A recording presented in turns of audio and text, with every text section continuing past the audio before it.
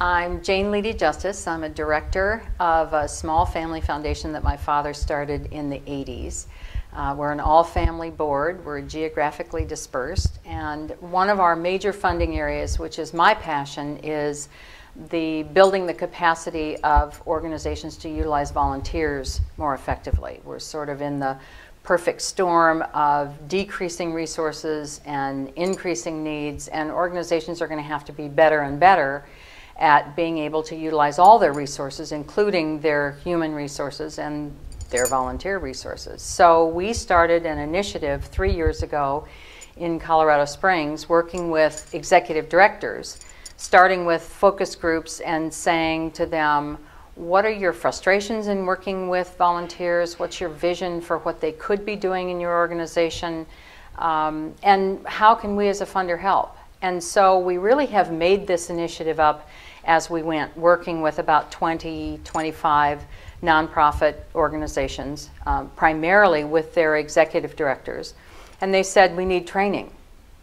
We need training not only for ourselves, but for our board member and for our director of volunteer services. So we have provided training. We've brought them together to do peer learning sessions. We've given some very small grants, $1,000 to $3,000 or $4,000, to help them build their volunteer capacity within the organization.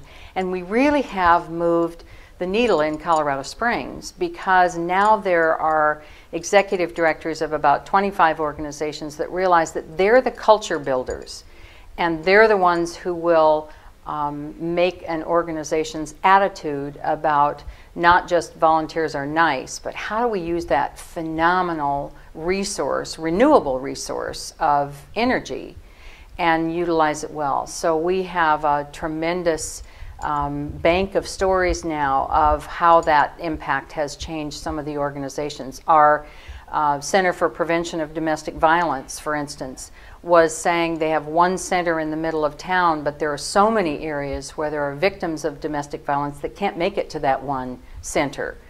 And so with volunteers now, they have opened 3 small centers that are open a few hours, a few times a week, and they're staffed entirely by volunteers. So the impact of that, how many more victims are we able to see and to help in the system than we were before, is so much greater than they ever could have paid for with paid staff. And we've got great examples of that in many cases. So my message to funders is, this is not funding a program. A lot of funders will say, well, we don't fund volunteerism, we fund early childhood education, or we fund conservation.